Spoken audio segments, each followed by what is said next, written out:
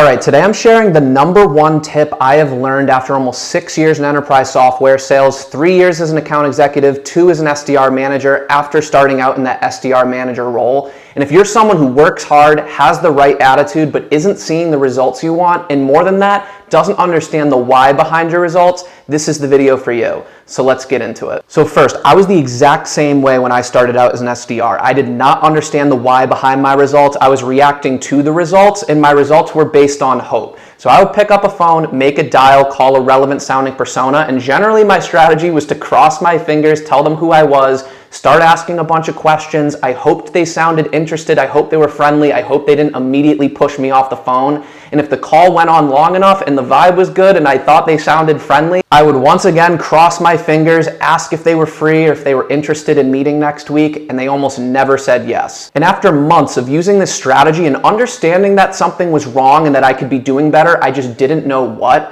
I finally came to the realization and the lesson that changed my cold calling ability, and that cold calling is a probability-based game. Every cold call represents a certain % chance that you are gonna book a meeting, or a probability that you will book a meeting and therefore get an opportunity and generate pipeline. You can reverse engineer a certain pipeline value to every cold call you make if you simply do the math. Once I realized cold calling was a numbers and probability-based game, it helped me stop focusing so much on the micro and taking each cold call so personally, and I took a step back and thought, what are the things I can do to be increasing my odds on each cold call? But first, I reverse engineered and figured out the things not to do if I wanted to increase my odds of booking a meeting. So what are things that you shouldn't do if you want to increase your probability of booking a meeting? One would be not asking for time on their calendar. If you don't ask for time on their calendar, you have a 0% chance of booking the meeting. You're not on the playing field. Simply by making an ask, even if your cold call script is awful,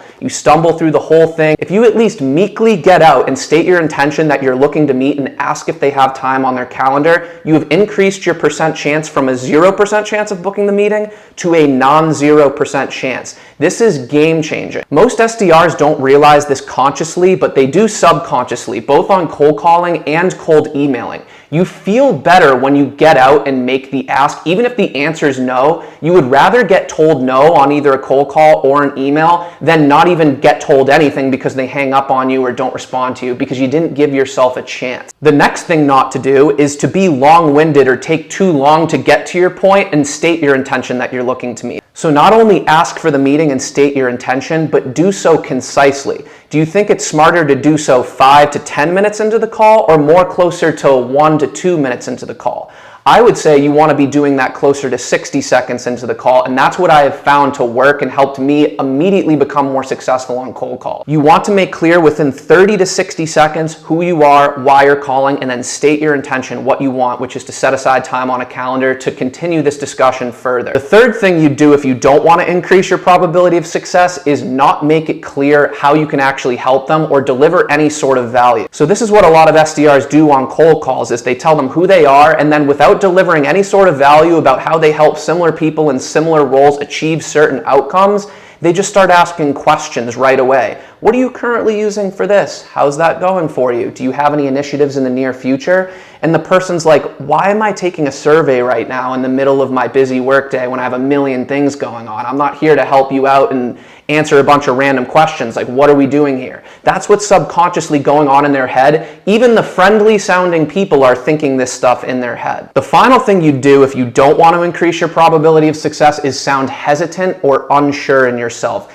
Tone is 90% of your communication on cold call. So if you're stuttering or tripping over your words, you don't really sound like you know what direction you're trying to take this, or you haven't been there and done this before, why is someone going to stake their reputation and potentially take even more time out of their day, maybe even bring in peers to this next call, if you don't sound like someone who's even confident in what you're asking them to do here? So what we do instead is, 1, ask for time on their calendar. No matter what, get that out and state your intention. 2, get straight to the point and be concise. 3, deliver a value statement. Tell them how you can help them and the reason for your call right out of the gate. Take control and do most of the talking at the outset. And then 4 is sound confident. Use that downward inflection where you speak matter-of-factly. this is going to make a massive difference. So these are the things you can do to increase your probability. Again, just by stating your intention, you're going to have a certain percent chance of booking the meeting, call it 1%. And then by improving your value statement, working on your tone, delivering value within the first 30 to 60 seconds, you can potentially increase that odd from, call it 1% starting out to maybe 3% and then 5%. But then what it becomes about is not just increasing that probability, but increasing expected value.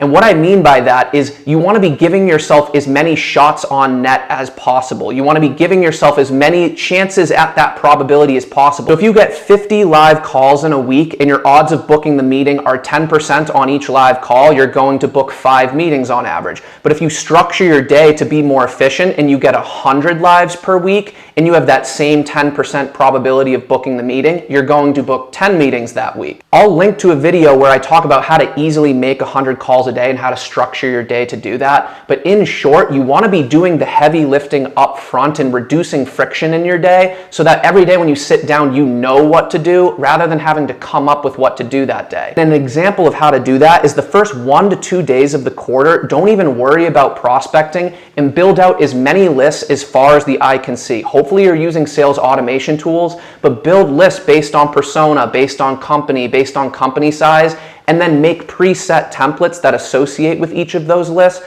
both for cold calling and for cold emailing. And this is going to help you move more efficiently and get your day started. And then lastly, now that we understand that cold calling is a probability-based game, you need to know what your probability is, and you do that by keeping track. And this can be really simple. In an Excel spreadsheet, every time you get a live call and make a value statement, keep track of how many times they said yes out of the gate, how many times they gave you a resounding no where they didn't even engage with you and they basically just hang up on you, and then keep track of how many times you get an objection. And did you handle that objection? What percentage of the time? Which objections did you get and did you handle those? This is how you can start keeping track of all of this stuff and knowing where to focus and how to improve that probability and that overall expected value. So hope this helped. Cold calling is a probability-based game. That is the lesson I learned after making thousands of cold calls throughout my time in enterprise software sales. So hope this helped. If it did, hit the like button and I'll see you on the next one.